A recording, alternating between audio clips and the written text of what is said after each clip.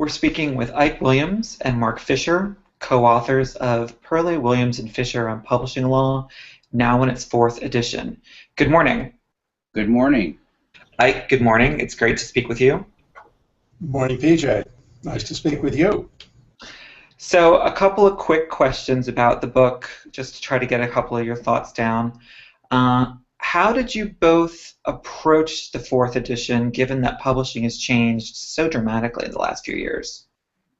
Well, we approach it with a lot of excitement. I mean, this is quite likely the most exciting time and most scary time in publishing since Gutenberg. We really are seeing fundamental changes in the publishing industry that we've never seen before. So there are incredible opportunities for publishers and authors, for authors to become publishers, and all opportunities are there. But there are real challenges. The bookstore market throughout the world has changed. In the United States, Borders going out of business was a huge and difficult adjustment for everyone in the publishing community. So we really needed to rethink a lot of what we said because the publishing industry and publishing communities are changing right before our eyes. For me, who works on the first volume, in more conventional publishing issues, there have been enormous changes too. In the First Amendment area, particularly in privacy, we were seeing perhaps the end of privacy as we know it.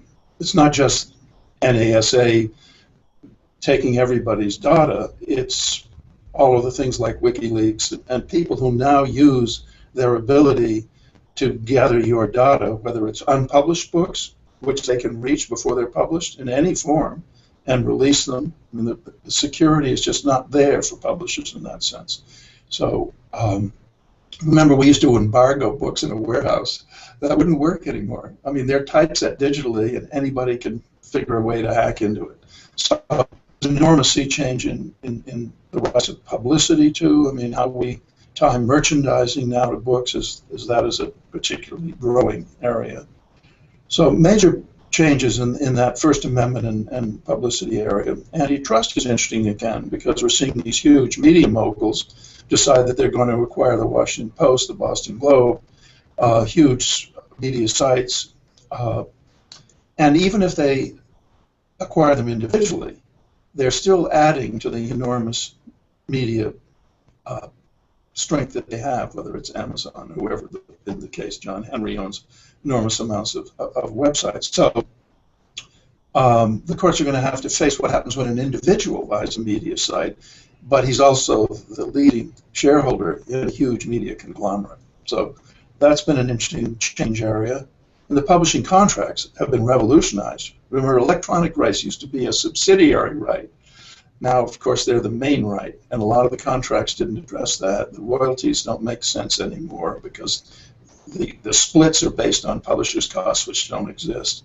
So enormous amount of changes driving that volume, and Mark will speak about the enormous changes that electronic publishing has brought to everything from trademarks to copyrights. So we really felt that this was the year we really had to do a fourth edition.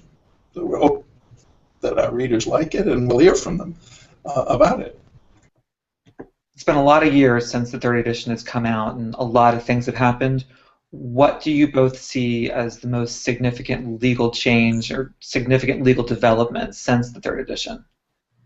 Well, it's hard to pick one. Certainly, how copyright can be protected in an environment when many people and academics really seem to be against the whole notion that copyright is an incentive to encourage creativity. The very notion of how authors should get paid and whether fame and renown is enough payment for a professional author, which of course I submit is almost silly, in that if you can't earn a living from being a writer or a musician or an artist or any kind of creator, then without that economic base, people are going to be driven into doing other things to earn their daily bread.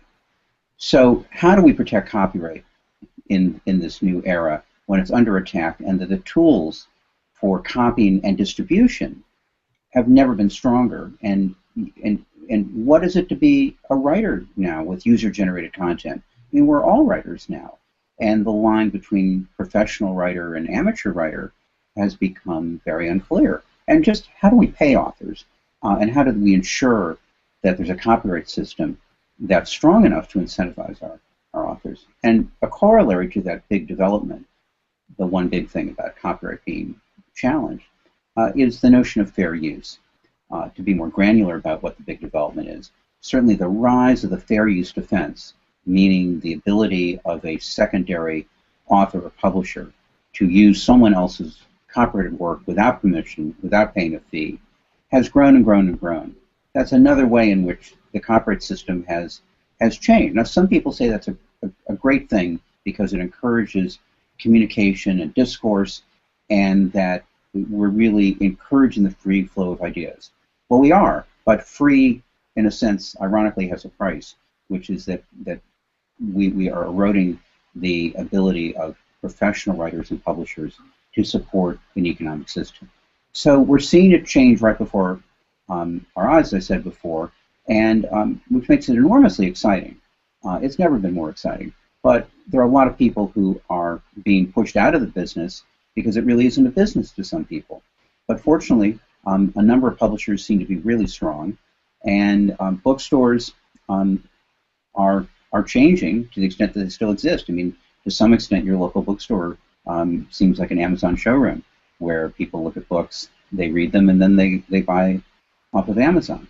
How are books going to be sold, particularly picture books, illustration books, art books, when without seeing the actual book in hand, it can't possibly resonate the way online, the way it does in your hands in a bookstore. Are these good things or bad things? They're different things. And there are huge advantages to our current system, but there also are changes which we have to deal with. Whether it's going to prove to be a positive or negative, I don't think we know yet.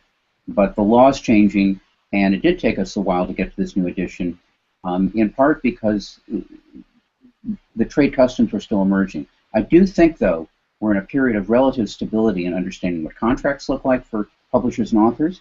I think we've seen royalty rates stabilize to some degree in terms of what publishers pay and authors receive. So I think we have a moment of stability. Now the market forces, more than the law, I think will change rapidly in the next few years.